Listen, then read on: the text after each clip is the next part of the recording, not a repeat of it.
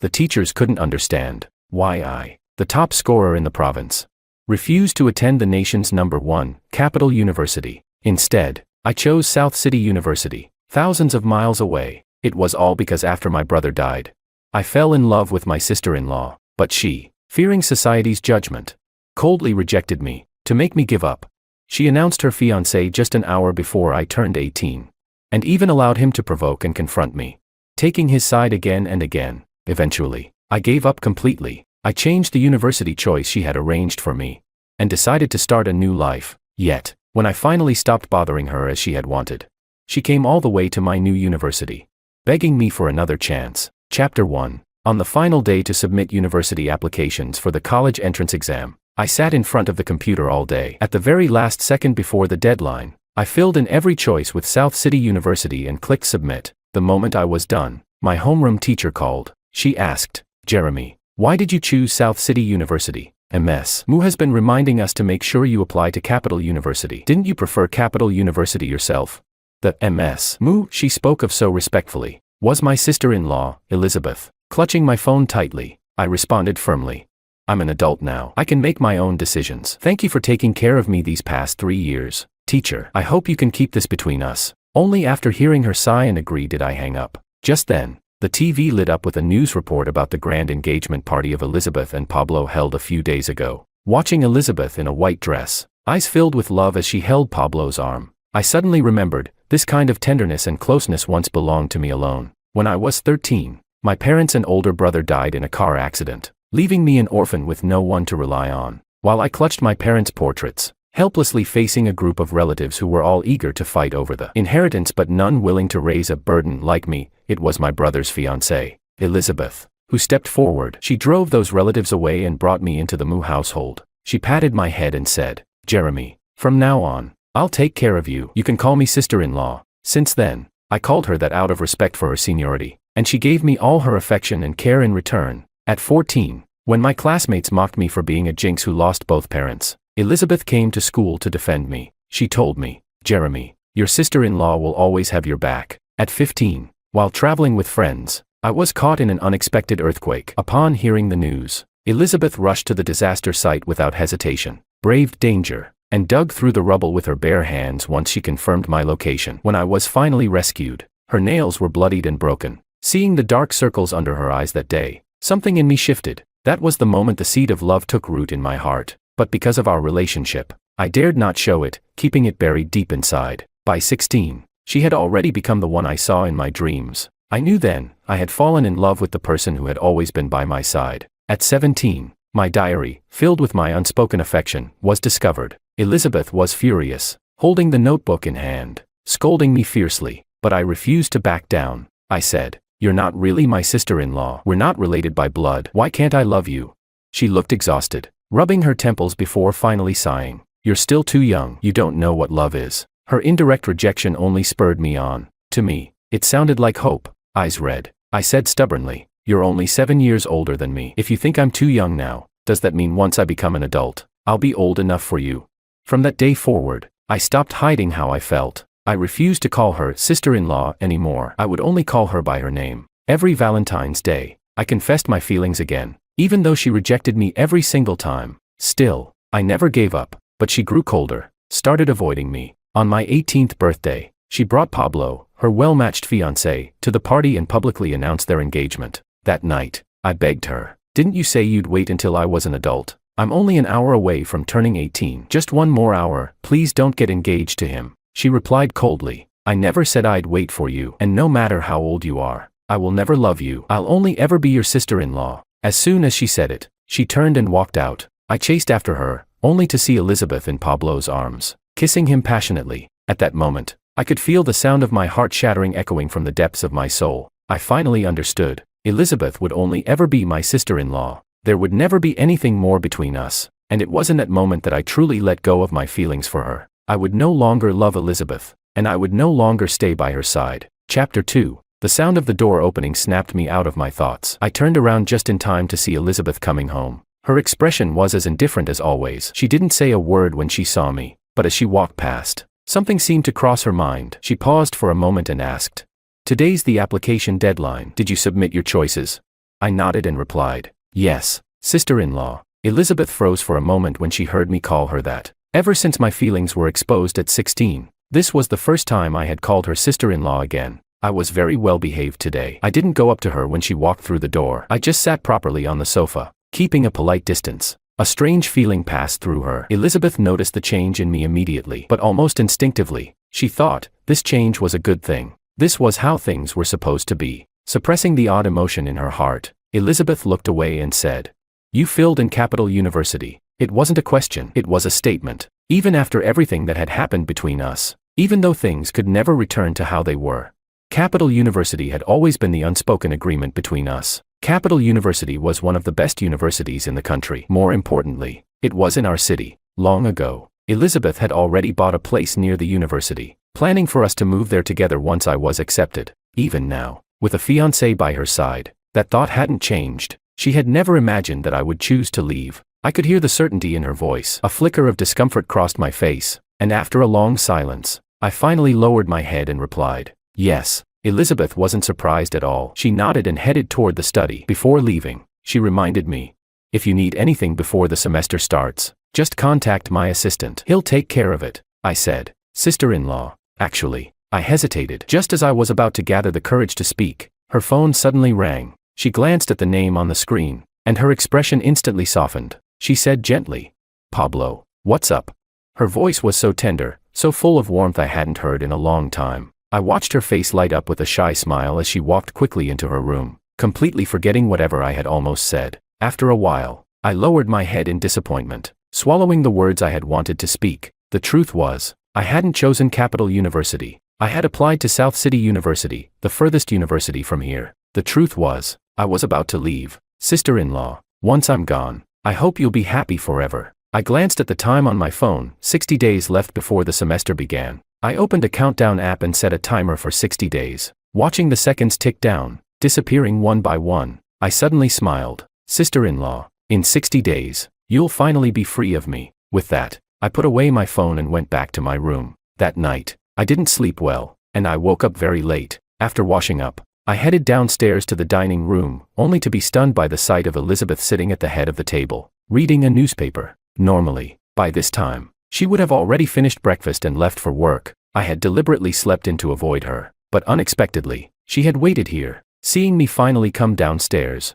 Elizabeth frowned and said, even if it's the holidays, your schedule shouldn't be all over the place. I didn't argue. I simply nodded and chose a seat far from her. But then she spoke again. My assistant will come by later to take you shopping for school supplies. Again, I just nodded. My silence caught her attention. Elizabeth sensed something was off about me. Just as she was about to speak, I asked first, sister-in-law, why haven't you gone to work today? Are you going on a date with Pablo? At my question, her previously calm expression changed instantly, and her tone grew cold without her realizing it. She said, that's none of your business. Her sudden harshness stunned me, but then I realized she had misunderstood my question. The truth was, I only saw her as my sister-in-law now. That was a simple, casual question, nothing more. Just as I was about to explain, Pablo pushed the door open and walked in. What are you two talking about? He asked. He smiled warmly, like a gentleman. When he heard I was going shopping for school supplies, he immediately volunteered to take me, acting like a caring elder. Elizabeth frowned, seemingly wanting to refuse. I also shook my head, about to say it wasn't necessary, but Pablo had already patted his chest and said confidently, Elizabeth, we're engaged now. That makes me Jeremy's uncle. Let me do my part. Elizabeth gave a small nod in agreement and completely ignored my opinion. She looked at Pablo helplessly and said, all right, then we'll all go together. Chapter 3. Seeing Elizabeth agree without hesitation, I lowered my head,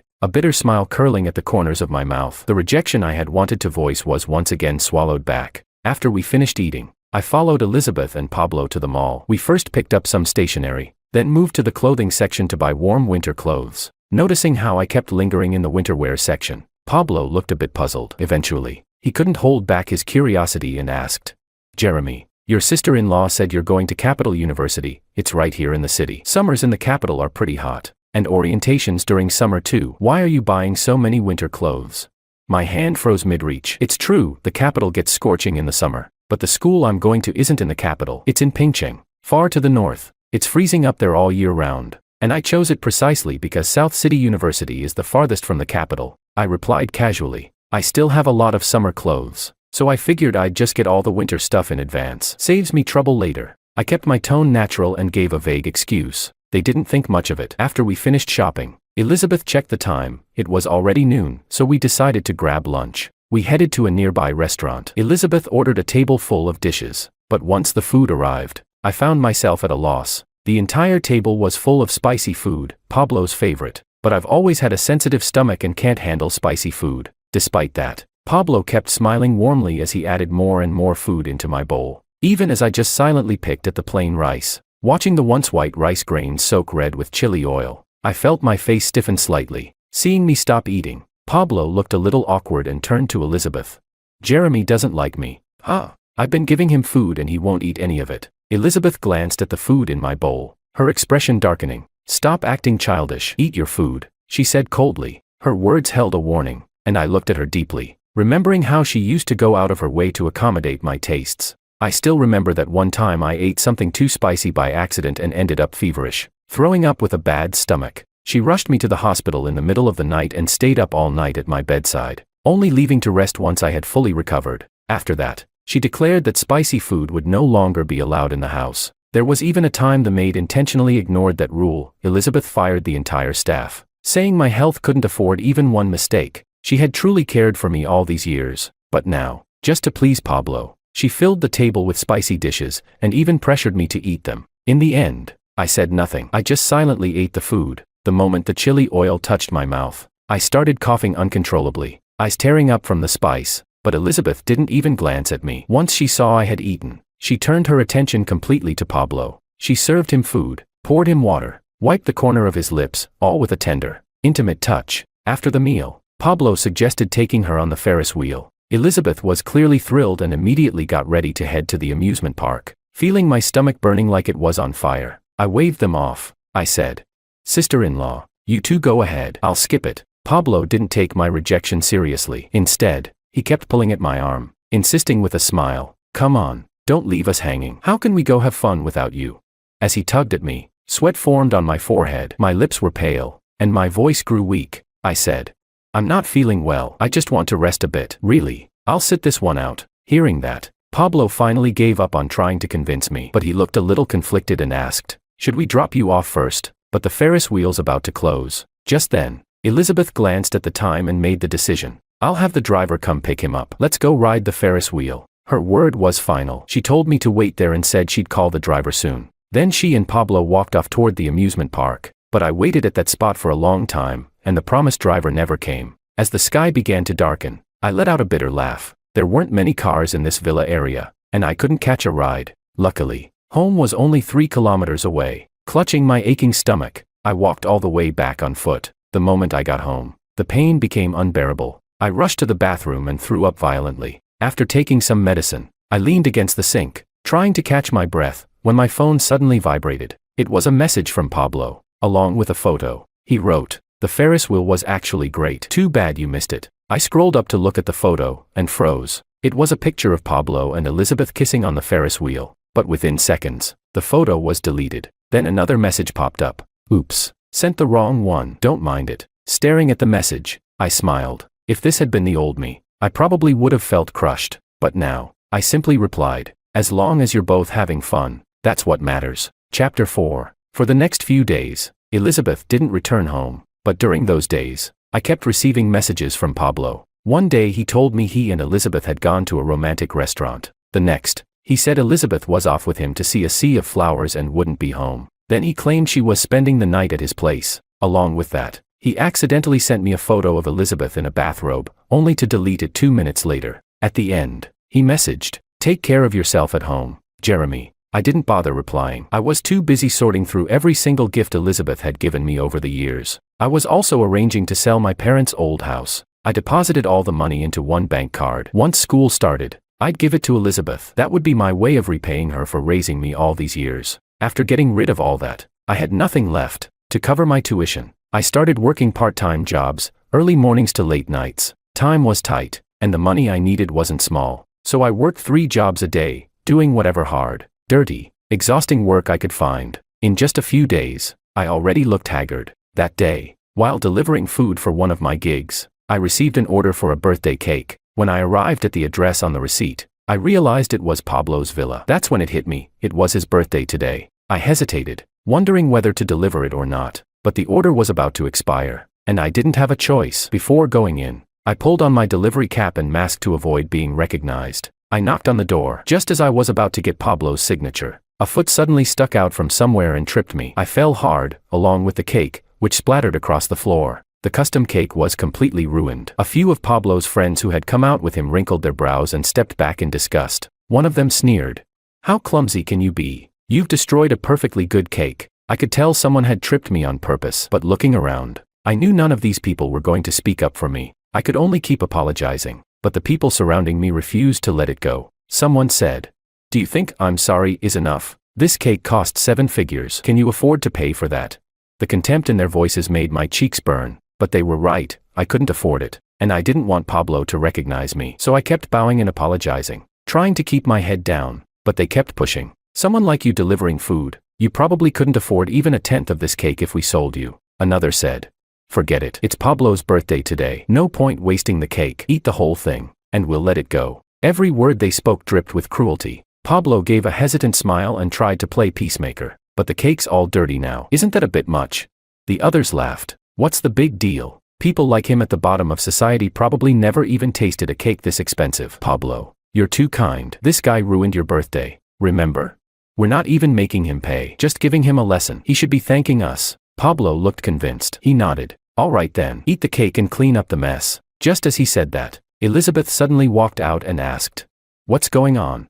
The sound of her voice froze me in place. I lowered my head even more, terrified of being recognized. Her friends immediately began embellishing the story. Pablo, worried Elizabeth might be disgusted, added quickly, "We're not making him pay, just letting him eat the cake, so he learns to be careful in the future. That's not unreasonable, right?"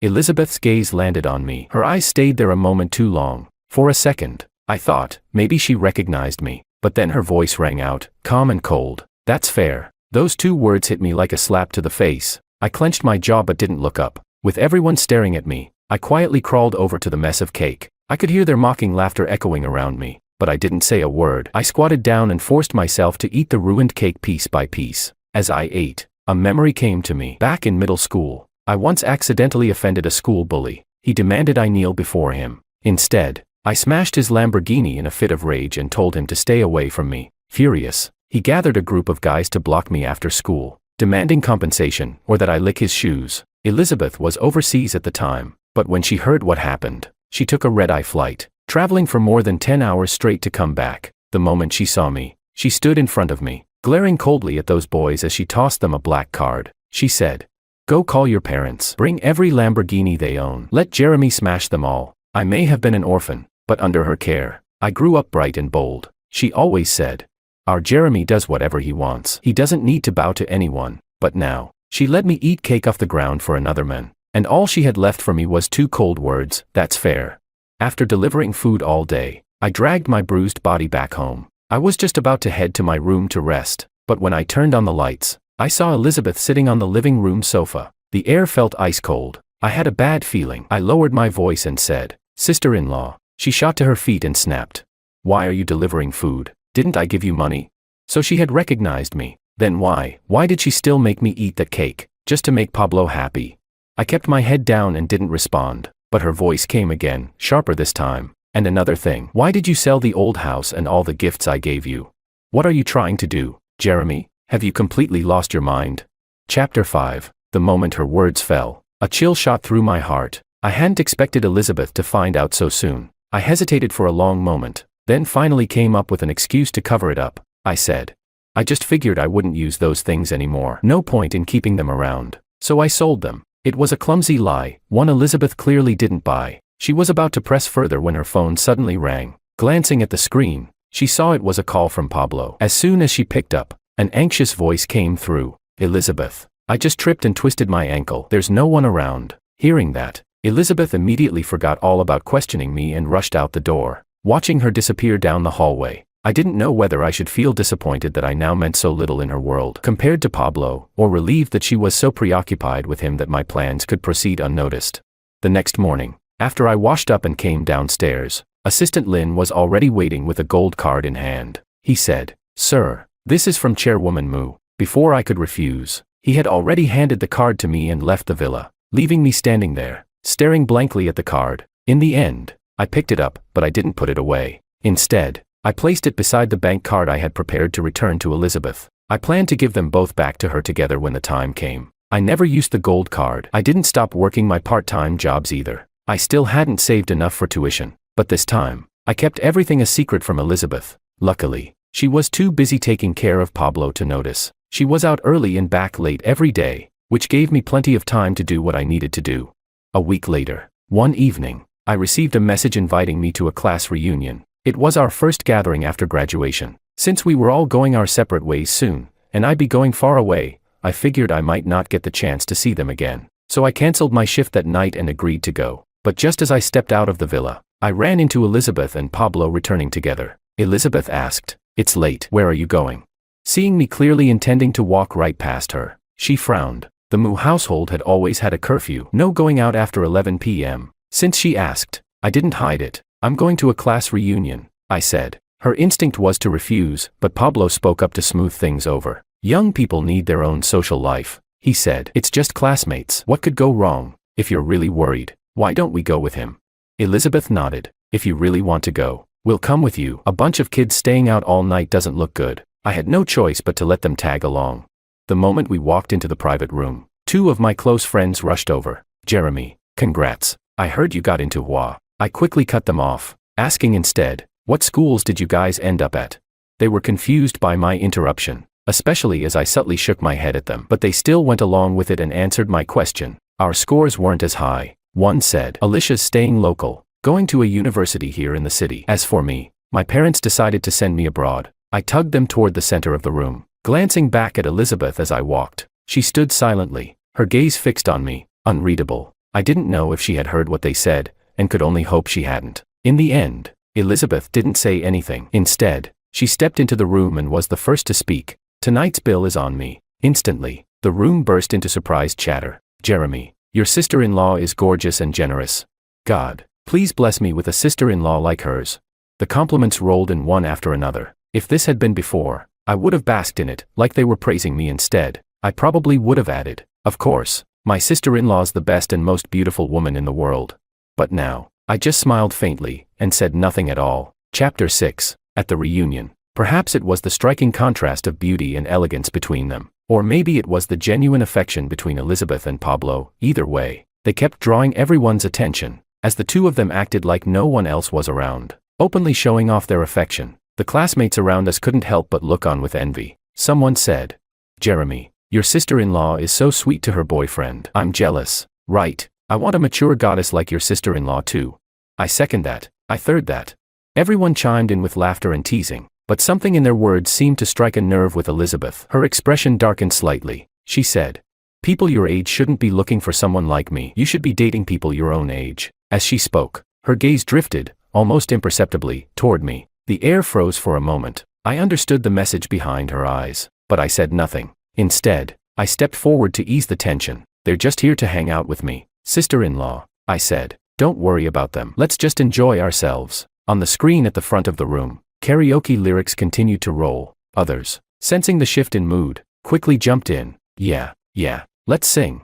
The first song was one I had picked. I hadn't learned anything new recently, so I chose an old one I knew well. A crush is a one-person thing. I held the mic and sang along quietly. My voice carried a soft melancholy. When the song ended, everyone clapped and praised me. "Jeremy, you sang that so well. You really captured the feeling of bittersweet love." "Hey, speaking of secret crushes, Jeremy, now that we've graduated, you should confess. Who knows when we'll see each other again. If you miss your chance, it'll be a shame." Instinctively, I glanced at Elizabeth, then quickly looked away and shook my head. "I don't have anyone I like," I said. But no one believed me. Instead, it sparked more teasing. "Come on, no way. I saw you sketching someone right after class once. It was a girl." "Yeah, I remember that. You even wrote a love letter." Even my old desk mate joined in. "I saw your textbooks. They were full of someone's name. I tried to sneak a look, but you dodged me so fast." A little drunk and way too hyped, they began egging me on to confess. Someone even grabbed my phone, trying to scroll through my contacts. I held on tightly, protecting it. feeling more and more overwhelmed. That's when Elizabeth suddenly stood up. "I have something to do," she said. "We'll head out first." With that, she and Pablo left without another word. Only after she was gone did I quietly let out a breath of relief, but not in time. One classmate had already found the top contact on my phone and hit call. I quickly snatched the phone back. I was just about to explain, when Elizabeth's voice, cold and low, came through the speaker. "Jeremy, I will never love you." Then came the beep of the call being disconnected. As her words settled into the air, the entire room fell into a deathly silence. Every face was painted with awkwardness and regret. After that night, I never saw Elizabeth Moo again. Not until the evening before the Moo Corporation's anniversary gala. She returned briefly and handed me a box. Her gaze still indifferent. She said, "Try it on, see if you like it." I took the box and returned to my room. Inside was a white formal suit, plain, but safe. Not bad, but not special either. It was nothing like the clothes she used to give me before I turned 16, when she'd carefully select every piece herself. Since then, everything had become neutral, emotionless, like this suit. I changed and came downstairs, walked over to Elizabeth, and gave her a soft smile. "Thank you, sister-in-law, I really like it." Chapter 7. The next day, I put on the white formal suit Elizabeth had picked for me and followed behind her and Pablo into the ballroom for the anniversary gala. Midway through the evening, the host suggested a round of party games as per the schedule. The first game, Guess Who by Touch. After explaining the rules, the host encouraged the crowd to suggest the first volunteer. Since everyone at the company knew Elizabeth was engaged, this was the perfect opportunity for some good-natured teasing. Naturally, they all began chanting for her to guess Pablo. "CEO goes first. CEO goes first."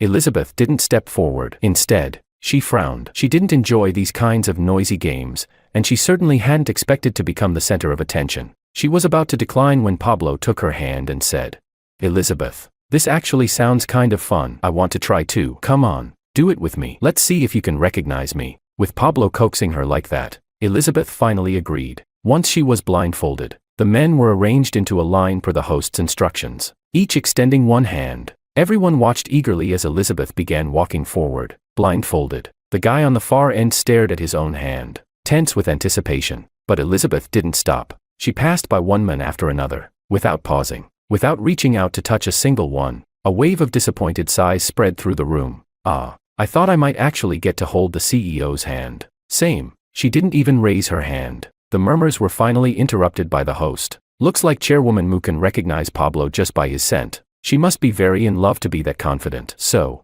gentlemen, please don't make a sound, it might give her an unfair advantage." Unbothered by the comments, Elizabeth kept walking steadily forward, but just as the host finished speaking, she suddenly stopped. Standing right in front of her was me, silent, unmoving. She reached out and grabbed my hand. Her clear, composed voice rang softly in my ear. "It's you." And then, before I could react, she lifted her face and leaned in to kiss me. The entire room fell silent. Pablo's smile froze, his expression cracking visibly. Startled, I instinctively pushed her away, my grip tightening in panic. "Sister-in-law," I said hurriedly, "you've got the wrong person. Pablo's standing right there." Elizabeth's body tensed. Then she slowly released my hand, turned, and walked toward Pablo's position, taking his hand this time. Pablo gave an awkward smile and said, trying to sound playful, "How could you mistake someone else for me?" Elizabeth took off her blindfold. For a moment, she looked like she didn't know how to explain. Eventually, I spoke up to smooth things over. "Maybe it's because Pablo and I are about the same height," I said, "and we were standing close. It was just a mix-up." Elizabeth looked slightly surprised that I had stepped in to help, but she only gave me a quick glance before turning her attention away again. I didn't stick around either. I quietly found a seat in the corner and watched the rest of the game from a distance. By 4 in the afternoon, the party was winding down. Guests began to leave. Elizabeth eventually brought Pablo over to find me. I was sitting alone, eating cake. She said, "I've still got a few things to handle. The driver will take you two over first." I nodded, offering no argument. I followed them silently, getting into the car behind Pablo, and sat quietly as the two of them exchanged affectionate goodbyes outside. Once the car pulled away and Elizabeth was out of sight, Pablo turned to me with a casual air and asked, "Jeremy, is there someone you like?" Chapter 8. I wasn't sure why he suddenly asked that, and I really didn't feel like answering, but Pablo wasn't letting it go. He said, "Don't be shy, Jeremy. It's totally normal for someone your age to have a crush. Come on, tell me." He stared at me, clearly intending to keep pushing until he got an answer. Left with no choice, I shook my head, but Pablo didn't buy it. His eyes were filled with suspicion. "Really? No one at all?" Want me to introduce you to a girlfriend? No need. I rejected his offer without hesitation. With everything that had happened between us, I saw no reason to let Pablo have any say over my personal life, but in the very next moment, Pablo smirked. Something in his expression shifted, like he'd suddenly become a completely different person. He said, "Are you sure you don't need help? Or is it because you're hiding someone in your heart you don't dare talk about? Jeremy, you've got some nerve developing those kinds of dirty feelings toward your own sister-in-law. I wonder, if your parents could see you now from wherever they are, would they regret having a son like you?" He leaned in, his voice low and venomous. "Don't fool yourself into thinking Elizabeth picked you because she cares about you. You know, sometimes when you hate someone, you remember their scent just as clearly." He was still smiling, but his eyes were full of naked malice. His words cut deep. My face turned pale. I wanted to argue back, to defend myself, but then a sudden screech of brakes tore through the air. The car jolted violently. Both Pablo and I were thrown forward, only to be yanked back by our seatbelts. Furious, Pablo looked up, ready to yell at the driver, only to see a massive out-of-control truck charging straight toward us. The driver jerked the wheel in a panic, trying to swerve, but he turned too sharply, and the car slammed into the guardrail. Bang! The vehicle flipped. Everything went black. When I came to again, everything was red. I was being wheeled on a stretcher into a hospital, the world around me spinning. Through the blur, I thought I saw her, Elizabeth. For the first time ever, her face was full of panic. I heard the doctor speaking to her in a trembling voice. "Chairwoman Moo, we've already called Professor Raphael, the most renowned surgeon, but he can only operate on one person at a time. Who should we save first?" Elizabeth's voice was cold and calm. "What are the risks for the one who has to wait?" The doctor hesitated, then said, "Both patients have been impaled by steel rods. If we delay the surgery, the one who waits could be permanently disabled." Silence. Elizabeth didn't speak for a long time, so long that I began to drift into unconsciousness again. Then I finally heard her answer, "Save Pablo first." And then she followed after Pablo's gurney toward the operating room. Never once looking back, before the darkness took me, a single tear rolled down from the corner of my eye. I dreamed for a long, long time, and in every dream, she was there. Elizabeth. She took care of me for 10 whole years. When I was bullied, she dropped everything to come to my school and defend me, making sure I was never mistreated. When I woke screaming from nightmares, she would rush into my room, hug me close, and whisper over and over again, "Don't be scared, your sister-in-law is here." Once, I got hit while crossing the street. She was the first to run over and hold me. I was so happy that day. "Sister-in-law, how did you get here so fast?"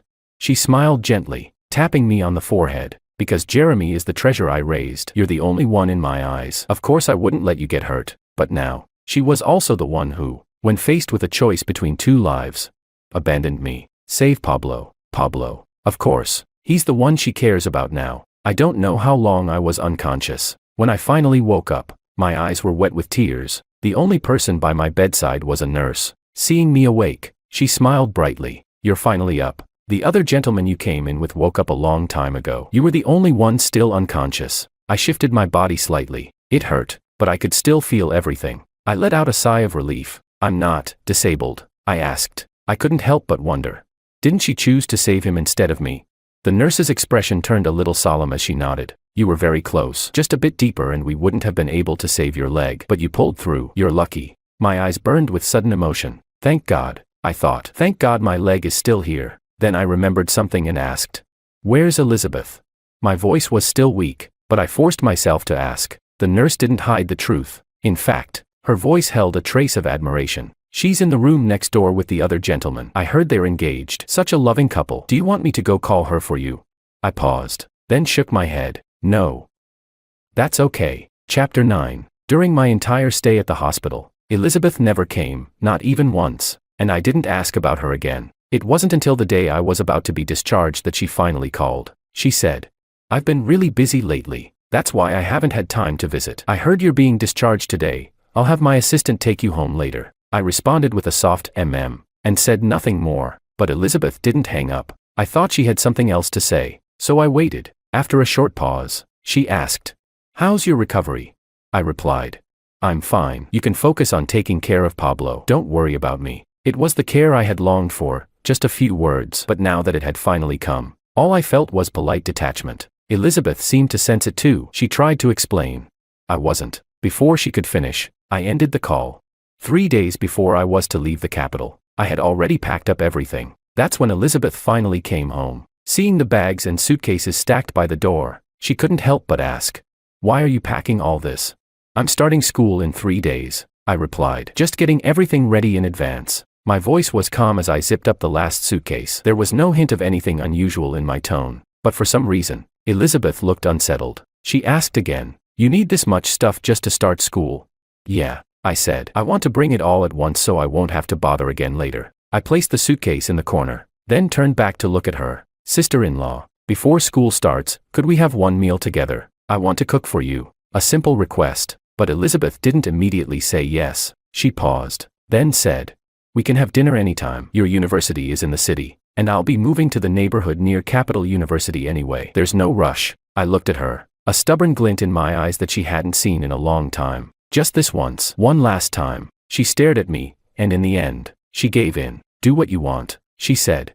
After that day, I stayed busy tying up loose ends. I didn't have the time to notice what Elizabeth was doing. Then came the day school started. I spent half the day preparing a full table of food. Then I sat at the table and waited, but Elizabeth never came home. As the food slowly cooled, I picked up my phone and tried calling her. Once, twice, 10 times. No answer. Just as I was about to set the phone down, a notification popped up. It was a message from Pablo. His words practically dripped with smugness. "Stop waiting. Check my WeChat moments." Confused, I switched to WeChat and saw the photo Pablo had just posted. In the picture, the Elizabeth who had promised to be home for dinner was sitting beside Pablo, wearing a pale green dress. Behind them were flowers, balloons, and steak. The setting looked like a romantic French restaurant. Anyone who saw the photo would think they were the perfect couple. This was supposed to be our final farewell, and she couldn't even keep that promise. I stared at that WeChat post for a long time. Then, without a word, I gave it a silent thumbs up.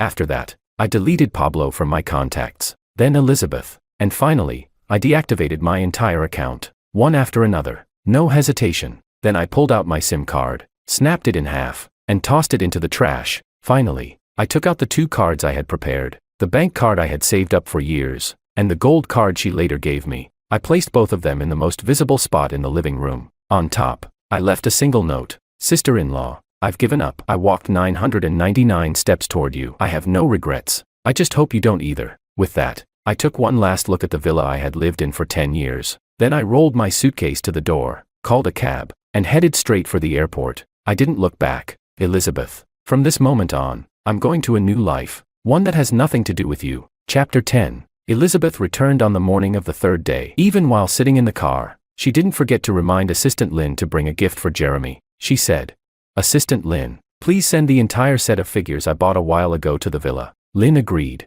and as soon as the call ended, he went to prepare the figurines. At that moment, Elizabeth had just stepped into the villa. As she passed the dining room, her eyes immediately caught sight of the table still full of untouched dishes. She froze for a moment, then instinctively turned her steps toward the dining room. It was midsummer, and the food that had been left out for 2 days and nights had lost all its color, aroma, and appeal. Instead, it gave off a faint foul smell. For some reason, she suddenly felt as though she truly saw Jeremy stubbornly sitting at the table, his head lowered. Aside from occasionally glancing at the time, he didn't make any other moves. But in the end, just like the meal, the person who prepared it had waited in vain for someone who never showed up to enjoy it. A tightness welled up in her throat, but she eventually walked out of the dining room and called the housekeeper to come deal with the table of spoiled food. She said, "Jeremy." She instinctively called his name, but this time, there was no response. She paused, then remembered, he should be at school now. Elizabeth sat on the couch in the living room, massaging her temples, but a casual glance brought her attention to 2 bank cards and a note placed right in the most prominent spot. She picked up the note, and when she read its contents, she froze. "Sis-in-law, I walked 999 steps toward you. Now I'm giving up. I don't regret the past or the present. Hope you don't either." He gave up. What did that mean? For some reason, panic crept into Elizabeth's heart. She took out her phone and dialed that all too familiar number. But in the end, all she heard was a robotic female voice saying the number was currently unavailable. She froze, then quickly opened their chat window to send him a message. She asked, "Where are you?" Time ticked by, and Elizabeth felt like she was suffocating from the silence. She suddenly remembered that a few days ago, she had promised to have dinner with Jeremy, but on the appointed day, she had stayed out with Pablo and never even went home. Was Jeremy just as anxious, waiting for her that day? Her unease grew worse. She kept comforting herself, "As long as I can reach him, I'll apologize and fix everything." But he still didn't reply. It was hard to tell whether the tightness in her chest came more from anxiety or frustration. Seeing no response, she sent another message, "Why aren't you replying?" But this time, a glaring red exclamation mark appeared next to her message. An indescribable wave of rage surged through Elizabeth's body. She suddenly hurled her phone across the room, her chest heaving as her emotions spiraled out of control. She gritted her teeth and said, "Got some nerve now, huh? Blocking me like this?" Snatching up her keys and retrieving the phone, she stormed out of the villa. Just as she stepped outside, she ran into Assistant Lynn, who was carrying the gift box. Seeing her expression, Lynn hesitated and asked, "President, the figurines?" She snapped, "Take them back." The words came out harsh and full of anger. But just as Lynn turned to leave with the box, she called him back. "Forget it. Give them to me. You can head back now." Her expression was so dark that Lynn dared not ask another question. He handed over the box and quickly left the villa. Only after putting some distance behind him did he finally let out a sigh of relief. Just then, a low-profile yet luxurious Maybach sped past him, nearly scaring his legs out from under him. Meanwhile, Elizabeth raced all the way to the apartment she had bought near the Capital University, storming in to confront Jeremy and demand an explanation. But the moment she entered, she realized there was no trace of anyone ever having lived in that room. Chapter 11. Elizabeth was so furious that she actually laughed. With a cold snort, she said, "You've really grown a pair. Huh? Blocking me, cutting off contact, and now you've even moved out of my apartment. Let's see just how far you think you can run." When Elizabeth arrived at the president's office at Capital University, it was right in the middle of the lunch break. In exchange for donating an entire research building, she gained access to the school's database, hoping to find out which class Jeremy was in and where he was living. But after almost an entire afternoon of searching, the president wiped the sweat from his forehead and finally shook his head at Elizabeth. The president said, "Chairwoman Moo, it's not that I don't want to help you, but we really don't have any record of him in our system." Which can only mean, he trailed off, looking at Elizabeth with a complicated expression. Was she negligent toward her younger relative? It didn't seem that way. She was willing to donate a whole building just to locate this boy named Jeremy. But if she truly cared, why was it that Jeremy clearly hadn't even applied to their university in the first place? Otherwise, even if he hadn't been accepted, there would still be a trace of him in their records. Elizabeth asked sharply, "Mean what?" Her frustration had reached a breaking point, so much effort wasted, all for nothing. Her voice held clear impatience as the president continued to fumble with his words. Seeing this, the president quickly forced a smile and finished his sentence. "It means he didn't apply to our university. He's not a student here." Elizabeth froze. She suddenly remembered the note Jeremy had left behind, the one where he said he was giving up, and also thought back to 2 months ago, when she had asked Jeremy whether he applied to Capital University. She hadn't paid much attention to the flicker of unease in his expression at the time. Now it all made sense. Jeremy had been lying to her from the beginning. What he gave up was his feelings for her. He meant to disappear from her world entirely. Elizabeth slumped into the chair, momentarily speechless. The despair on her face was clear and undeniable. The president of Capital University looked at her, now radiating nothing but despondency, and cautiously asked, "Chairwoman Moo, about the research building you promised, does that still stand?" She rose to her feet, numb and empty. Waving him off, she replied, "Yes, the building. I'll send someone to handle it soon." Walking out of the university gates, Elizabeth felt an unexpected hollowness in her chest. Wasn't applying to Capital University supposed to be part of their agreement? Jeremy had worked so hard, pushing his grades higher and higher, just to get closer to the admission line for Capital University. That way, he could stay in the city, stay close to her. So why had he suddenly changed? Had he truly decided to give up on her? That possibility, one that should have brought her a sense of victory, didn't make her happy at all. She still didn't want to believe it. That the Jeremy who once so stubbornly insisted he liked her, the Jeremy who lit up whenever he talked about staying by her side forever, would just give up so easily. No, Jeremy must be playing a trick on her, trying to lull her into lowering her guard, only to come back later with all his hidden love. Yes, that had to be it. A glimmer of hope reignited in her eyes. As if reminded of something, she pulled out her phone and found another number. Even if Jeremy had secretly changed his university preference, there was one person, someone, who would definitely know where he ended up. She asked, "Jeremy isn't at Capital University. Ms. Lee, do you know which university he finally enrolled in?" Chapter 12. Ms. Lee replied, "Jeremy? He applied to South City University. I thought he had already told you." Her voice carried a note of confusion. Elizabeth paused. South City University. Jeremy had actually chosen a university that far away. She suddenly remembered how she and Pablo had accompanied Jeremy while he was preparing for school, how he lingered so long in the winter clothing section. Now it was clear, he had already made up his mind back then to go to South City University. The thought stirred a wave of irritation in her heart. I told you people to make sure he applied to Capital University. He changed his application and no one thought to inform me," she snapped. Ms. Lee chuckled awkwardly before finally bringing up what Jeremy had told her at the time. She said, "Jeremy told me he was legally an adult and wanted to make his own decisions. He asked me not to tell you. I thought you two had just had a falling out, and that once things cooled off, he'd talk to you himself." At those words, Elizabeth suddenly felt a lump in her throat. A falling out? Wasn't that exactly what they were having right now?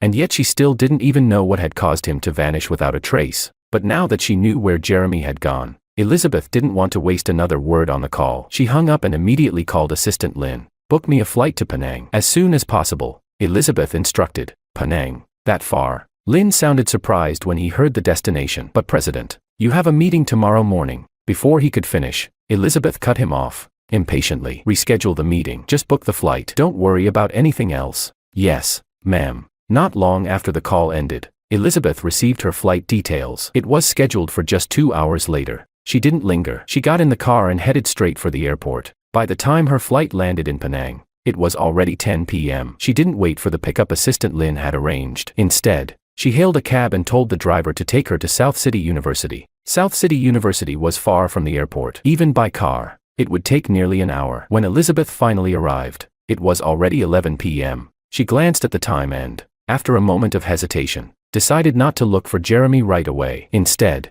she found a hotel near the university to stay for the night. Chapter 13. It was already 11. Even if Elizabeth could find Jeremy right away, he would probably be asleep. It would be more prudent to wait until the morning. That night, Elizabeth tossed and turned in the hotel bed. Unable to sleep, she stared at the ceiling as the hours ticked by, until finally, at 7 a.m., she grabbed some breakfast and headed straight to South City University. Using the same method she had used at Capital University, she found Jeremy's class and dorm information. Then she went directly to the dormitory to wait for him. This was usually when students returned from morning study to eat breakfast or rest. But Jeremy never liked breakfast. Without her around to nag him, he probably wouldn't eat. That's why she made sure to bring breakfast when she came to see him. At this hour, many students were returning to their dorms. Elizabeth, impeccably dressed and standing under the boys' dorm building with a breakfast bag in hand, became a striking sight. Students passing by couldn't help but stare. Even those whose dorms were in other directions detoured just to catch a glimpse. When I returned from the cafeteria and saw the crowd, I had no idea Elizabeth was the center of attention. At first, she was completely obscured by the group, so I planned to head straight upstairs. But my curious roommate insisted we take a look. And that's when I saw her, Elizabeth, the woman I thought I'd never see again. The moment I recognized her, my instinct was to lower my head and leave. But she spotted me first. Seeing me turn to escape, she raised her voice. "Jeremy, wait." Elizabeth thought I would stop upon hearing her voice. But as soon as she spoke, I quickened my pace. My roommate, puzzled, glanced between us and hurried to follow me. Left with no choice, Elizabeth shoved through the crowd and came after us. Just as I was about to enter the dorm building, she grabbed my arm. She asked, "Why are you running?" I sighed. I turned to my roommates and told them to go on ahead. Once they were gone, I turned to face her and greeted her quietly. "Sis-in-law." Elizabeth frowned. "You still remember I'm your sister-in-law? You changed your application and ran off to this faraway place. Left me 2 bank cards and a weird note." What? Feeling grown up now, trying to fly solo? What she didn't expect was for me to nod. Her face darkened instantly. "What's that supposed to mean?" she demanded. Only then did I finally raise my head and meet her gaze. I said, "Moo. I'm truly grateful for the 5 years you've raised me and for all the tolerance you've shown. No matter what I did, you forgave me. I have nothing to repay you with. So I sold the old house. I also sold all the gifts you gave me and converted everything to cash. It's all in the card I left you. As for the gold card you gave me later, I never used it. That's all I can return to you. I was immature before, and I caused you a lot of trouble, especially after I confessed my feelings. It must have made things worse for you, but I've let go. Don't worry, Moo. I'm an adult now. I'll take care of myself. I won't be your burden anymore." Every word I spoke was calm and clear, yet to her, it must have hit like a hammer. Her mind felt tangled and chaotic. She clutched my wrist tighter and kept asking, over and over, "What do you mean?" I pulled away gently and said, "Moo. I think I've made myself clear. What I mean is, from today on, I won't call you sister-in-law anymore. We have no relationship. And the thing you always feared, about me clinging to you, don't worry, it won't happen again. Moo. I won't like you anymore." With that, I turned to leave without another glance. But she acted as if she hadn't heard a word I just said. She called out again, "Jeremy, I brought you breakfast. I knew you wouldn't eat properly, so I brought it for you." Elizabeth held the takeout bag out in front of me, eyes betraying a hint of both expectation and desperation. I didn't understand what she wanted from me anymore, but after a pause, I shook my head. I said, "No need. Moo. I already ate. I gave up that bad habit of skipping breakfast a while ago. You should eat it yourself." And with that, I turned and left, without another word or glance back. I didn't look at Elizabeth's expression, didn't care how she reacted, and didn't concern myself with when she would leave. She's an adult, the youngest CEO in the Moo Corporation, a major figure in the business world. She doesn't need someone like me, an 18-year-old college student, to worry about her. Chapter 14. As soon as I returned to the dorm, my roommates swarmed around me. One of them asked, "Jeremy, who was that downstairs?" I replied, "She's my late brother's fiancé, and also my legal guardian for the past 5 years." I didn't hide it. I stated our relationship plainly, but instead of easing their confusion, my answer only seemed to deepen it. "Then why were you avoiding her?" one of them asked. I forced a faint smile but didn't elaborate. I just gave a short explanation. Because, from now on, we won't have anything to do with each other. As soon as I said it, the room fell a little awkward. My roommates chuckled sheepishly and apologized one after another, but I shook my head and said, "It's fine. I know you were just concerned. The morning break was short, and I had already wasted a lot of time downstairs." After a quick rest, it was almost 9 a.m. Our first class of the day. We packed up and hurried out of the dorm toward the teaching building. On our way out, Elizabeth was still standing under the dorm building, looking dazed. The crowd around her had mostly dispersed, save for a few guys who had probably arrived later and were trying to strike up a conversation just because she was so attractive. Just as I passed by, one of those guys mustered up the courage to walk over and held out his phone. "Hey beautiful, can I get your contact info?" I didn't stick around to see whether Elizabeth accepted or rejected him. I was too busy getting to class, but from the moment I appeared, Elizabeth's eyes had been fixed on me. The reason she didn't immediately brush off the guy who approached her was because she wanted to see if I'd react. She wanted to see if I really no longer liked her. But as she watched me pass by, without a pause, without even glancing in her direction, Elizabeth realized, with a hollow feeling in her chest, that maybe I truly didn't like her anymore. This was the answer she had waited 2 years for. For this, she had deliberately spent time with other men, flaunted her closeness with Pablo right in front of me, and repeatedly threw cruel words at me, saying she could never like me back. Now, she got what she wanted. So why did her heart feel so heavy? Why wasn't she happy at all? Why did she feel hurt? She couldn't find an answer, nor did she have the energy to entertain the guy still waiting for a response. Without a word, she stood up and walked off campus. Just as she stepped out of the main gates of South City University, her phone suddenly rang. She took it out and glanced at the screen. Pablo. She had ditched Jeremy countless times in the past because of Pablo, but now that Jeremy had truly given up on her, she realized she had no desire to see Pablo again. The ringtone echoed again and again. She didn't answer. She just let it ring, go to voicemail, and ring again, until, finally, the other end gave up and stopped calling. Elizabeth hadn't planned to return so soon, but after just 2 days in Penang, she was summoned back by the Moo family patriarch. Rushing back to the Moo family's old estate, the moment she stepped in, she saw Pablo sitting cheerfully beside the old matriarch, beaming with charm. A faint frown tugged at Elizabeth's brow, but she walked forward and asked, "You called me back in such a hurry. What's going on?" Madame Moo smiled kindly. "Elizabeth, you're not a child anymore. It's time to start thinking seriously about marriage." She gestured for Elizabeth to sit beside her, her tone warm but her words landing like lead. "Pablo is well-mannered, obedient. And you picked him yourself." I looked at the calendar. The 10th of next month is an auspicious day. Let's move forward with the wedding then. All right. Chapter 15. The news that Elizabeth and Pablo would be getting married on the 10th of next month made the trending list by noon the next day. It wasn't until the evening of the third day that I saw her again, Elizabeth, looking exhausted from a long journey. I honestly hadn't wanted to see her again. I couldn't understand why she kept showing up. I had already given her exactly what she wanted: distance, closure, a clean break, and yet she kept lingering. She stood outside the dorm like a statue, silent, unmoving, refusing to leave until she saw the person she was waiting for. The crowd of curious onlookers only grew, until the dorm supervisor, seeing how disruptive it had become, started sending people away. Elizabeth herself had been asked to leave at least 5 times, but as the sky darkened and the students returned to their rooms for the night, Elizabeth, despite the repeated warnings, never moved. Eventually, the dorm supervisor gave up and just let her stand there. 10 p.m. Inside the dorm, Leo peeked out the window, then shuffled over to me and nudged my shoulder. "Hey, your girl's still down there. Aren't you going to go talk to her?" I replied, "Let her wait." I didn't ask her to come. I didn't even lift my head, eyes glued to my laptop screen. browsing through the past events of a few student clubs I was interested in, like I really didn't care who was waiting downstairs. Eventually, I looked up and saw Elio still sitting beside me. I hesitated for a moment, then slid the laptop over to him. We spent the next half hour making a final decision and eventually agreed to join the drama club. By then, it was already 10:40. Elio went off to wash up. I walked over to the window and looked down. Even though it was dark, the streetlights made it clear Elizabeth was still there. That stubborn figure beneath the lamp made me sigh. In the end, I went downstairs. "What are you doing here again?" I asked. My voice, so familiar, made Elizabeth's eyes light up, but the hope in her eyes quickly dimmed again when she heard the coldness in my tone. She asked, "Jeremy, why are we being like this with each other?" Elizabeth didn't understand. Everything had been fine for years. Why had I suddenly chosen to go to a university in the farthest city possible? Why had I suddenly cut off all ties with her? But I didn't understand her confusion either. I said, "I don't think there was ever that much between us to begin with." My words were blunt. After a pause, I added, "You didn't need me around in any other role, but you knew I liked you. And even though I've decided to give up, staying close to you would only make that harder. Isn't that what you always wanted?"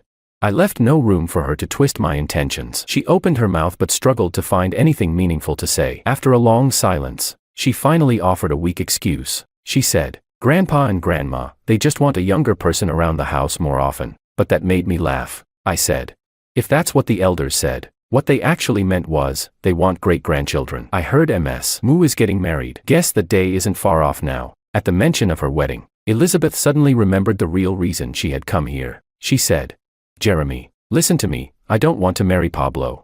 Chapter 16. Her sudden words caught me completely off guard. It took me a while to fully grasp what she meant. I lowered my head, and the smile on my face turned even more bitter, almost mocking. I said, "Ms. Moo, if you don't want to get married, you should be telling your fiancé, not me. After all, your wedding was never something I needed to worry about." I had a vague sense of what was going through her mind, but I didn't call her out on it. Our ending was something she had chosen, and once a choice is made, there's no turning back. I didn't love her anymore, and I would never go back to her. I said, "Please go home, Ms. Moo. Your fiancé and your family are still waiting for you in the capital." With that, I turned around and headed back upstairs. Elizabeth chased after me, wanting to explain, but I stopped her. I paused at the stairwell without turning back. I still knew exactly what she was trying to do. "This is the men's dormitory, Ms. Moo. Any further, and it's inappropriate." She froze, her steps faltering, but she still didn't give up and asked, "Jeremy, is it really impossible for us to go back to how things were?"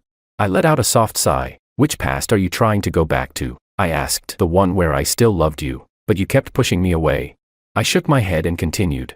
That version of the past was exhausting. Forcing down spicy food I couldn't eat, walking kilometers home alone, getting hurt and still being the first one you'd abandon. Every word of mine landed like a blow, hitting her square in the heart. Her eyes filled with pain as she shook her head, whispering over and over, "That's not true, it's not," I said.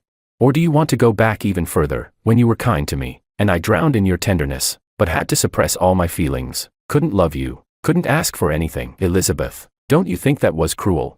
Isn't this better now? I listened to you, I let go. I only won't be hurt by you if I stay away. I don't have to force myself to please someone else anymore. I won't be abandoned by you in favor of someone else. I'll fall in love with someone my own age, live a normal life. Isn't that what I deserve? It wasn't until this moment, until I showed her all the screenshots on my phone, the daily taunting messages Pablo had sent me, showing off every little thing he did with her to get under my skin, that Elizabeth finally began to realize just how cruel it had all been to me. She said, "I didn't know. Jeremy, I didn't know he was doing all that. I didn't know it hurt you so much." There was a hint of desperation in her eyes, but I had already let go of my sorrow. Now that I had spoken everything I needed to, I felt a strange calm, relief, even. "No more sadness, no more weight," I said. "Elizabeth, you still don't understand why you came to find me. When you figured out what it is you're actually looking for, then come talk to me." I looked her straight in the eyes, and then I turned and went back upstairs. This time, Elizabeth didn't chase after me, and I didn't look back. By the time I returned to the dorm, it was already 11:30. I had to get up early the next morning, so I quickly washed up, turned off the lights, and lay down in bed. Just as I was about to fall asleep, I heard Elio's voice. He asked, "Jeremy, are you sad?" He kept his voice low so he wouldn't wake the others. Our beds were close, so I heard him clearly. I hadn't expected Elio to be so perceptive. After a moment of silence, I answered honestly, "A little bit." Chapter 17. Even though I hadn't known Elio for long, after just a few days together, We were already like brothers. I let out a sigh and began telling him everything, leaving out Elizabeth's identity. I said, I used to like someone. 4 or 5 years. She was kind to me, but she didn't like me back. In fact, she rejected my feelings pretty hard. To avoid me, she started pulling away, got engaged to someone else. Even when I was in danger, she didn't care anymore. I was hospitalized after a car accident, and she didn't come to see me even once. So eventually, I gave up on liking her, but later, I realized she didn't actually hate my feelings. She was just scared to face them, because she liked me too. She just couldn't admit it. My voice grew distant as I spoke, and I could feel Elio's silence grow heavy. When he heard my last sentence, his breath caught. He asked softly, "Do you still like her?" I shook my head, then remembered he couldn't see, and lowered my voice to say, "It's all in the past now. I don't want to like her anymore." Elio nodded. "Exactly, that's how it should be." I couldn't see his face, but just from his voice, I could tell he was full of righteous anger on my behalf. He added excitedly, "Jeremy, I heard there are a ton of beautiful girls in the drama club. Let's go meet someone new tomorrow, make her regret it." I couldn't help but chuckle. I didn't refute him. Instead, I played along and said, "All right, tomorrow it is, but it's late now, and we've got an early class. Let's sleep." The room fell quiet, and I soon drifted off to sleep. The next morning, I was woken by my alarm. I got up and shook Elio awake before heading down to wash up quickly. Once he was ready, we left the dorm together. As we stepped outside, I didn't see Elizabeth. I figured she must have left already. I didn't dwell on it. I gave the area a quick glance, saw she wasn't there, and withdrew my gaze. I only hoped that this time, she wouldn't come back to disturb my life again. Our first class was self-study, no teacher. Since we hadn't slept well the night before, Elio and I both dozed off at our desks. By the end of class, we'd gotten enough rest and were feeling much more awake. We had no classes for the rest of the morning, and since we'd promised to check out the drama club, we grabbed breakfast and headed to their booth. It was early in the semester, and all the clubs were recruiting members. A whole section of campus had been set aside just for club booths. As new students walked by, the upperclassmen at each booth enthusiastically called out, "Basketball club recruiting.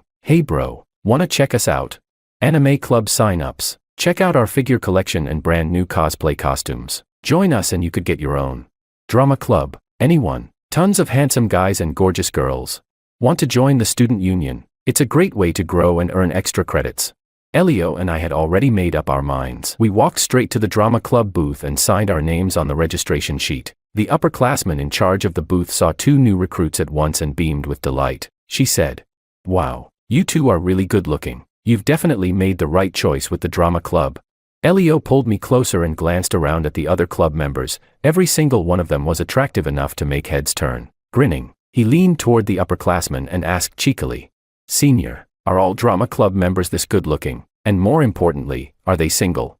She lifted her chin proudly, patted her chest, and declared, "Of course we're good looking, but as for dating, that's up to fate." Elio nodded knowingly. He could hear what she was really saying. We're hard to get, but he didn't seem to mind. Beautiful people are worth the effort. After all. Chapter 18. A week later, after Elio and I finished our last class of the afternoon, we were on our way back to the dorm when a message popped up in the club group chat. It said that the recruitment season was officially over, and to welcome the new members, there would be a dinner gathering that evening. The dinner was set near campus, and since quite a few people were attending, they had booked a private room. Elio and I arrived neither early nor late. When we stepped into the room, a portion of the group was already there. I immediately spotted the senior who had been in charge of recruitment and went up to greet her. "Hi, Senior Sue." Cecilia seemed to remember Elio and me fairly well. She smiled as we walked in and started introducing us. She said, "My name is Cecilia. I'm the president of the drama club. This is our vice president, Lillian. Just a heads up, she's single."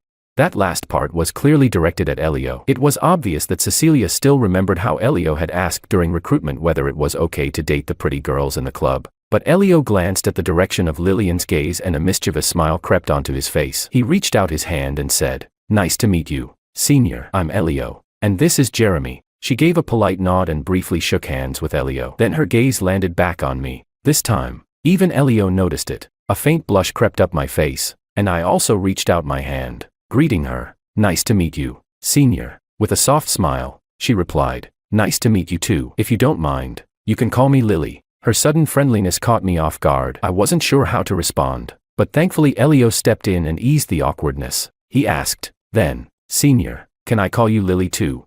Lillian gave a small cough, and the tips of her ears gradually turned red. She didn't answer his question, but at least the moment had passed without tension. 10 minutes later, everyone had arrived. After we were all seated around the table, someone noticed there was an extra chair. Just as people were wondering about it, Cecilia stood up, cleared her throat, and said with mock mystery, "We have a special guest tonight. From today on, she will be the investor behind our club and will be fully funding our activities, tonight's dinner included."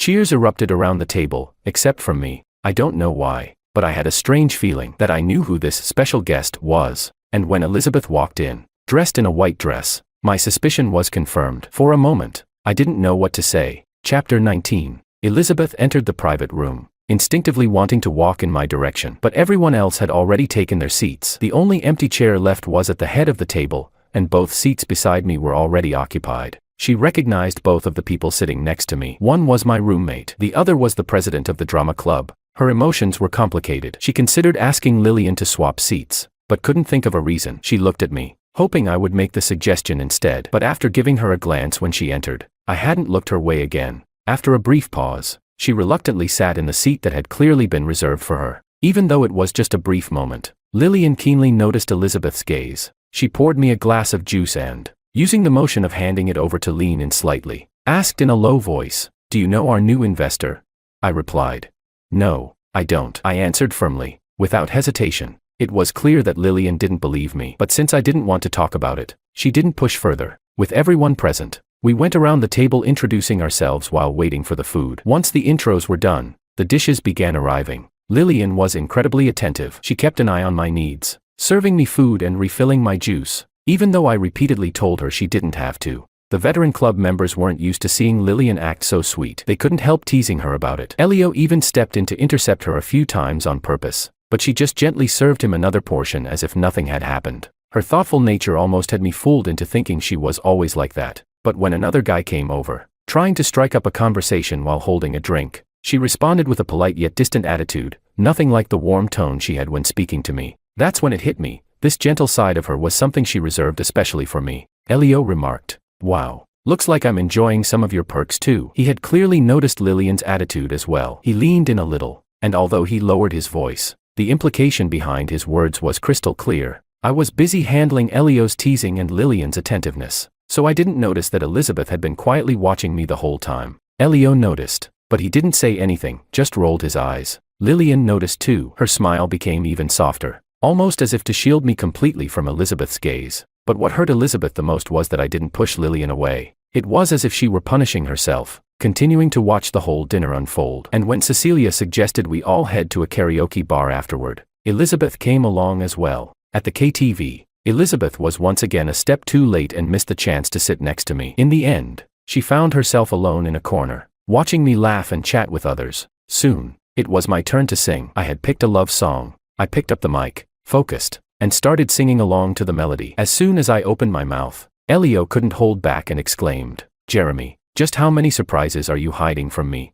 I couldn't help but smile at his comment. The very next moment, a soft and clear voice joined mine, harmonizing perfectly. I turned my head in surprise, and saw Lillian's gentle, smiling face. Chapter 20. From the corner of the room, Elizabeth watched the smile on Jeremy's face, and for a moment, it stung. The subtle connection between him and Lillian, the unspoken understanding, was like a thorn stuck in her throat. She thought back carefully and suddenly realized it had been a long time since Jeremy had smiled like that around her. Ever since she discovered his hidden feelings when he was 16, she had gone from shock to anger. Without hesitation, she shattered that final layer of illusion, trying to force him to give up on what she saw as a forbidden love. But Jeremy, unexpectedly, had been stubborn. He refused to let go. From then on, every time he approached her, he did so with extreme caution, afraid of saying or doing the wrong thing, terrified of upsetting her. She wouldn't let him stay close, and even when he did, her expression was always cold. Elizabeth thought that by doing so, she could kill his feelings, but instead, he persisted, for 2 whole years,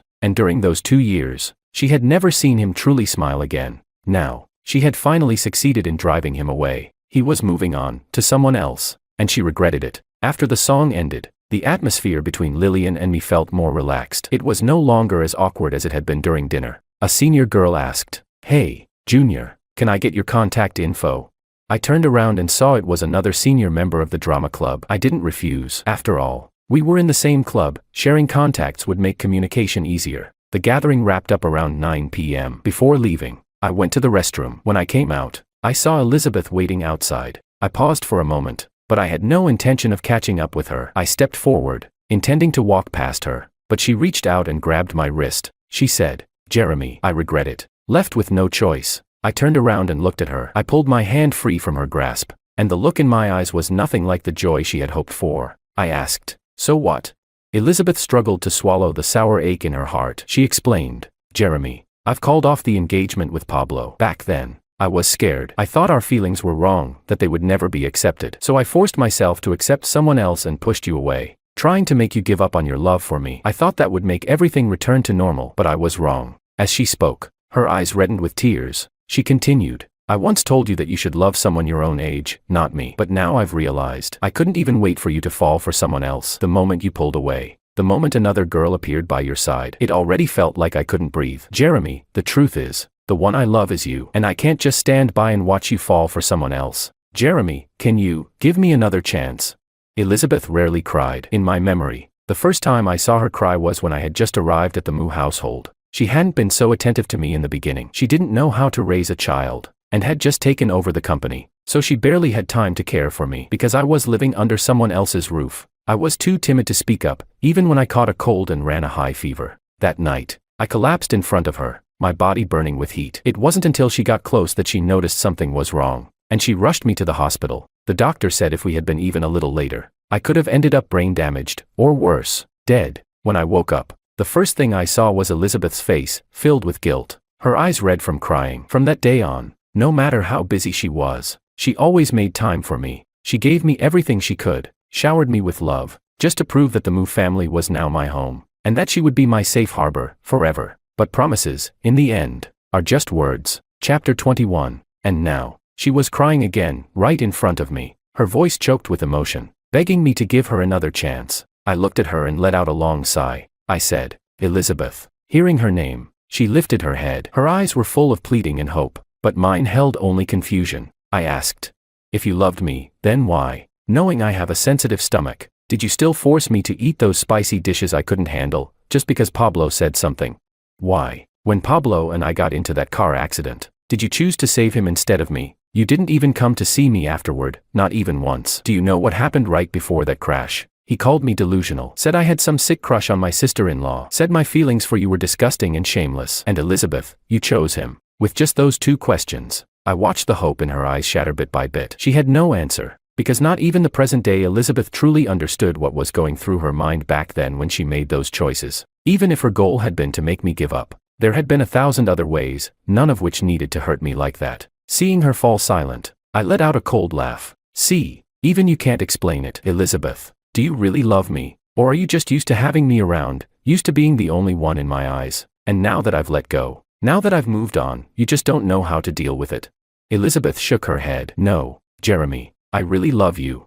She tried to explain in a panic, but before the words had even fully left her mouth, I had already turned and walked away. I was still close enough to hear her, but my steps didn't slow for a second. A few steps later, I saw Lillian. Her eyes shifted past me and landed on Elizabeth behind me, but only for a second. Then she looked back at me. She asked, "Need help?"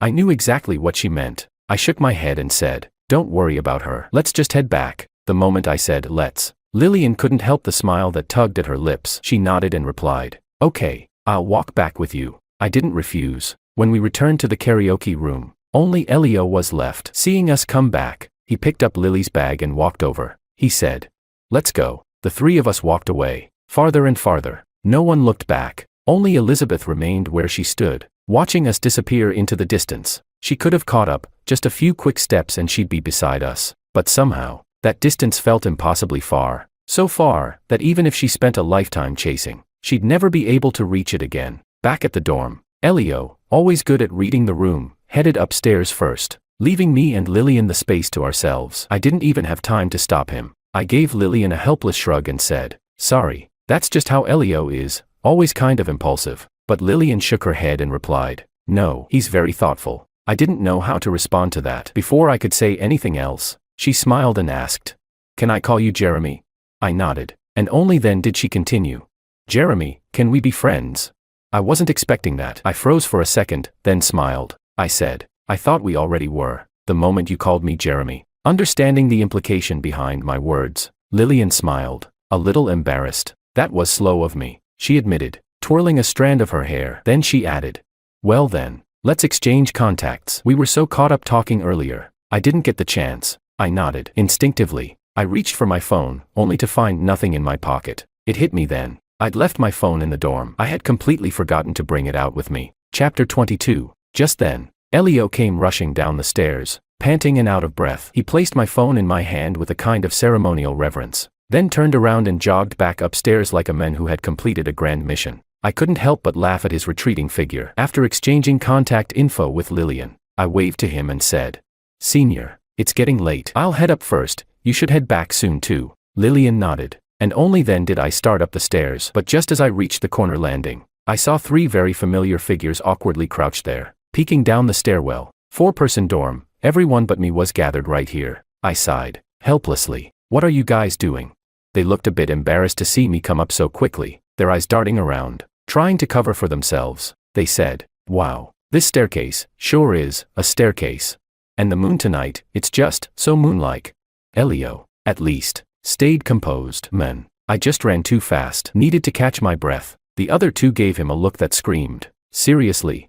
Meanwhile, in an apartment near South City University, Elizabeth sat slumped on the carpet beside her bed. Empty liquor bottles were scattered around her. Her cheeks were flushed, clearly. She was already drunk. Still, she kept mechanically pouring and drinking, over and over. Eventually, even pouring felt like too much effort. She grabbed the bottle and started drinking straight from it. Beside her, her phone kept lighting up and going dark, ringing non-stop. Finally, annoyed by the endless buzzing, she reached for it, but her blurred vision doubled everything in front of her. After fumbling several times, she still couldn't grab it. Frustrated, she swiped at it hard. Bang! The phone flew across the room. The ringing stopped abruptly, and silence returned. Only then did the restlessness in her chest begin to quiet down. She picked up the bottle again and took a swig, only to get nothing. She pulled it away and gave it a shake. Out again, she muttered to herself. Then she let her body fall sideways, landing right on top of the pile of bottles. They were cold, and they dug painfully into her back. She winced as 1 or 2 propped-up bottles jabbed her ribs. Annoyed,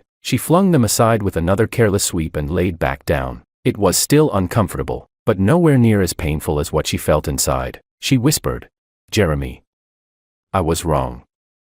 Please forgive me, she kept murmuring, but her consciousness was already slipping. Finally, she fell into a heavy sleep. Elizabeth had a dream. In the dream, Jeremy confessed to her when he was 16. Instead of reacting with shock and fury, she gently told him that he was still too young, that he couldn't yet understand the weight of the feelings he carried. So they made a promise. They would spend 2 years apart. And if, after 2 years, he still loved her, they would be together. During those 2 years, they didn't live under the same roof, but they stayed in touch, just like regular friends. There were no age gaps, no complicated roles, no forbidden labels. When Jeremy got bullied, she didn't show up in person, but she made sure someone was there to protect him. Then came his 18th birthday. Jeremy confessed again. He said, Elizabeth, I've thought it through. I'm not afraid of the consequences. I still love you so much. Can we be together?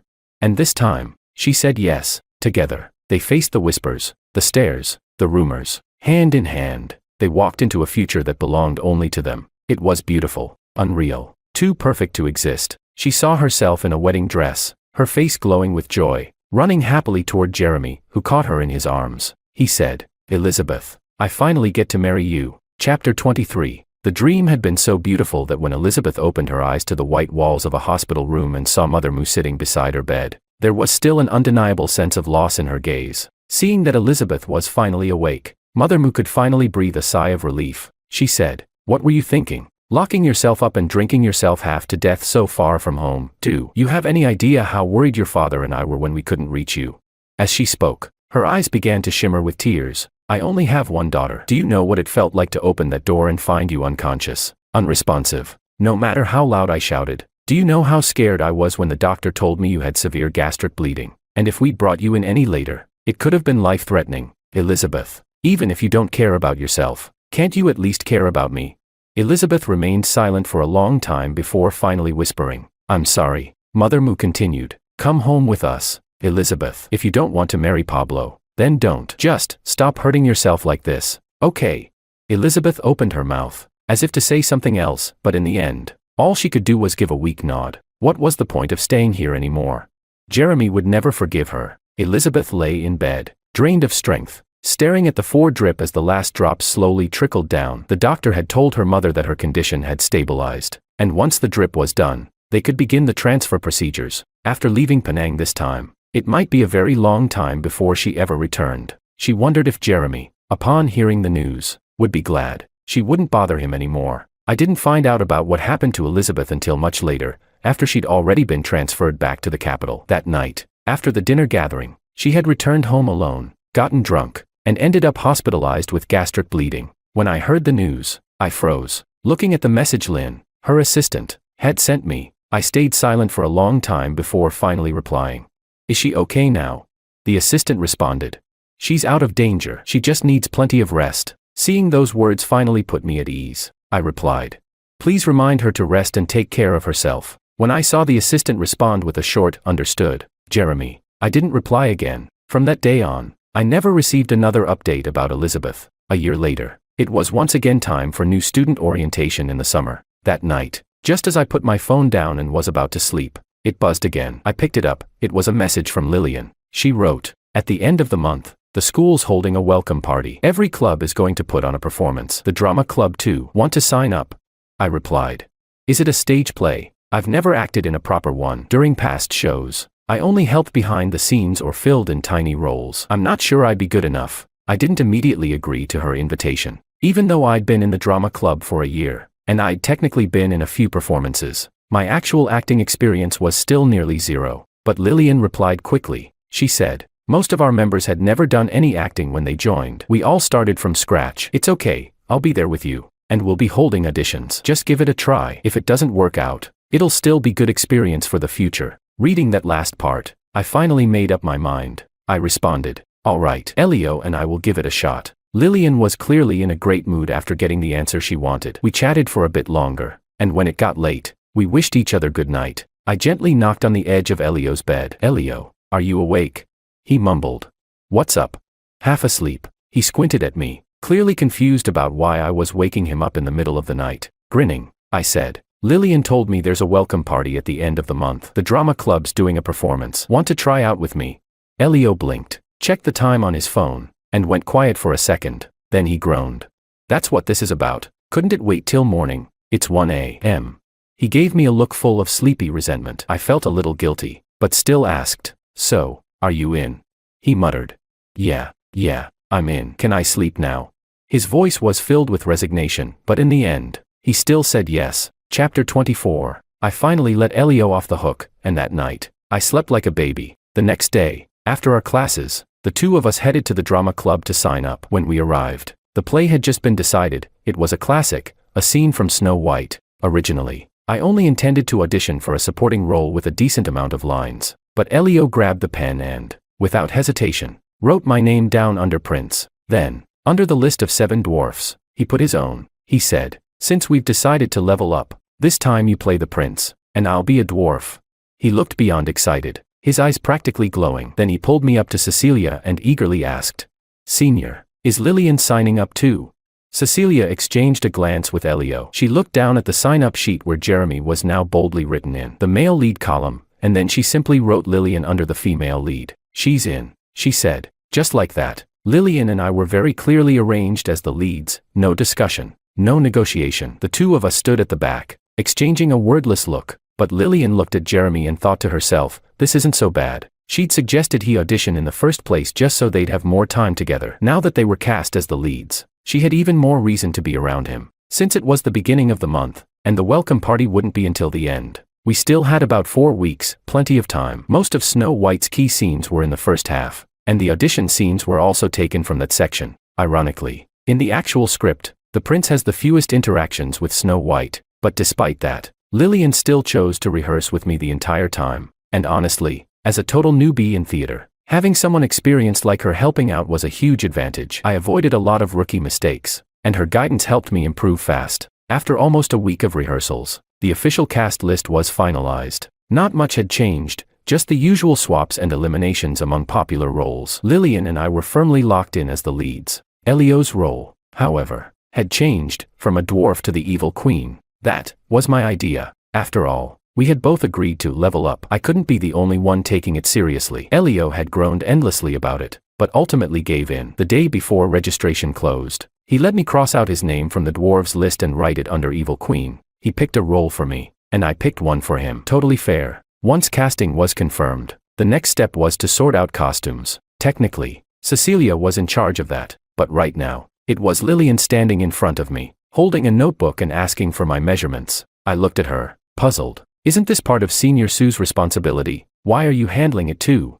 Lillian gave a small cough, a faint blush creeping up her cheeks. She's the president, and there's a lot on her plate. Since I've been spending more time rehearsing with you guys, she figured it'd be easier for me to handle this part too. I nodded, took the notebook from her, and wrote down mine and Elio's measurements. Usually, for school productions, it's enough to rent costumes that roughly fit. There's no need for custom tailoring every time, but thanks to the generous support from the Moo Group, the next 4 years I'd spend at South City University would be the wealthiest years the drama club had ever seen. Cecilia was already a senior this year. Technically, she should have started picking her successor last year, or even handed the position over to Lillian, the vice president, but she just couldn't let go. After all, how often does a club get to go to war with unlimited ammo? Not just the drama club, no other club on campus had ever seen a sponsor this extravagant. No budgets, no expectations, no limits. Chapter 25. It was obvious to everyone that the Moo Group was being this generous because of me, though I never admitted it. Whenever someone asked about my relationship with Elizabeth, I would simply reply, just an elder from the family. 2 weeks before the welcome gala, Cecilia told me she planned to recommend me as the new president of the drama club. I was a bit stunned. Sure, I'd known there would be a leadership change this year. Cecilia was a senior now, and by her final semester, she probably wouldn't stay on campus much. Even if she did, her focus would shift to academics and internships. What I didn't understand was, why me? I asked, wouldn't Lillian be more suitable?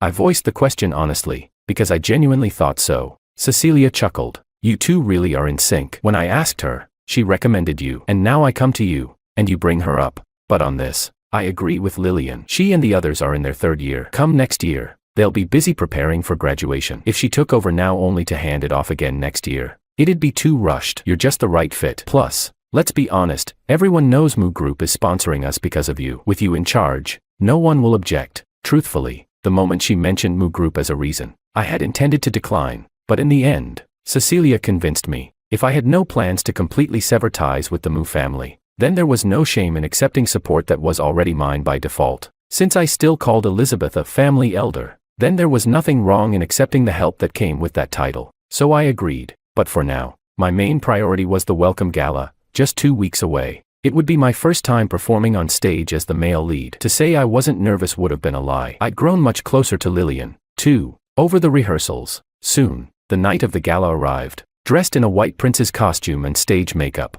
I stepped onto the stage. In the audience, sitting toward the back, Elizabeth watched, her eyes filled with a quiet sense of longing. The invitation had been sent by Cecilia on behalf of the drama club to Moo Group. It wasn't Elizabeth's first time watching one of our shows. In fact, she'd been there for every performance I'd ever been in, but always backstage, always silently. That way, she could see me, clearly, but never disturb me. This time, I was the lead, and for once, she wanted to be a real member of the audience. So she found a quiet seat, tucked away from the crowd. Her thoughts wandered, and when she came back to herself, the play had already moved on. The evil queen had tricked Snow White into eating the poisoned apple. Snow White lay unconscious. The dwarves were heartbroken. That was when the prince rode in on his white horse, saw Snow White surrounded by the sorrowful dwarves, and pulled out the wishing stone to awaken her. Narration followed. The princess followed the prince to a beautiful kingdom, and from then on, they lived happily ever after. The play was a success. Just before the curtain fell, each dwarf came forward, handing the prince a small bouquet of flowers. By the time he held them all, it had become a giant bouquet.